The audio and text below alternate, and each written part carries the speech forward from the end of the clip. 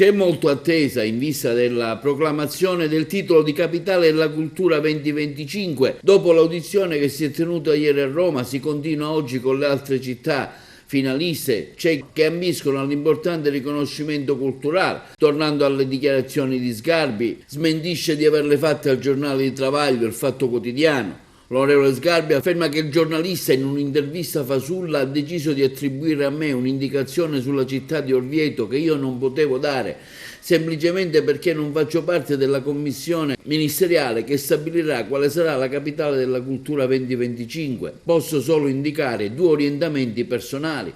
Diverse le aspettative in città.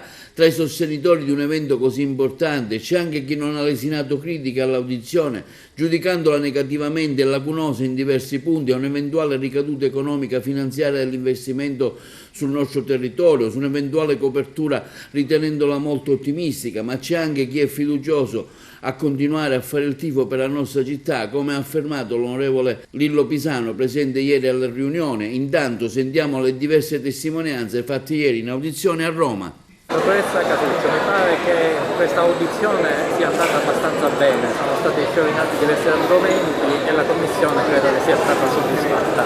Cosa ne pensa? Sì, no, io veramente sono entusiasta perché il racconto che abbiamo fatto della nostra città è davvero straordinario. Abbiamo dato l'idea di un progetto molto forte e un progetto, non un libro dei sogni, ma cose che comunque realizzeremo, al di là della candidatura. Speriamo di vincere però. Lorinda Saietta, all'uscita dall'esame della Commissione per la candidatura di Agrigento a Capitale della Cultura, qual è il giudizio che può essere espresso? Ma sicuramente sono 30 minuti intensissimi e troppo brevi per poter raccontare un progetto così vasto. Ognuno di noi ha dato il suo contributo e speriamo bene. La nostra è una buona impressione, lasciamo alla giuria il giudizio, però siamo abbastanza contenti. Il professore Sebbio, docente universitario alla Bocconi di Milano, è venuto a Roma per sostenere la candidatura di Agrigento a Capitale della Cultura del 2025. Qual è il giudizio di questa audizione? L'audizione credo sia andata molto bene anche dalla interazione che si è attivata con la stessa Commissione, soprattutto sulla seconda parte.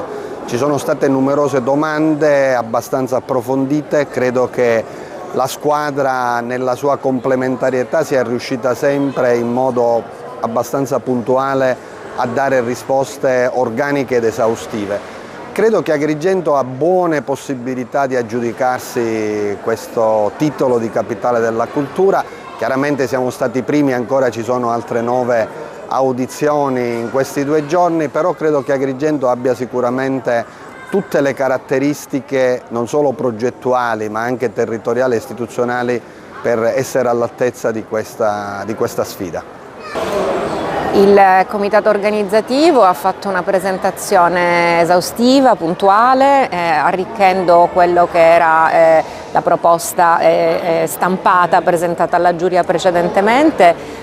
Rispondendo in maniera incisiva a tutte le domande, si è riscontrato un grande interesse da parte di tutti i componenti con domande veramente puntuali e che hanno rivelato appunto un'attenzione molto particolare al progetto presentato. Lei è venuta dall'America per sostenere questa candidatura, perché?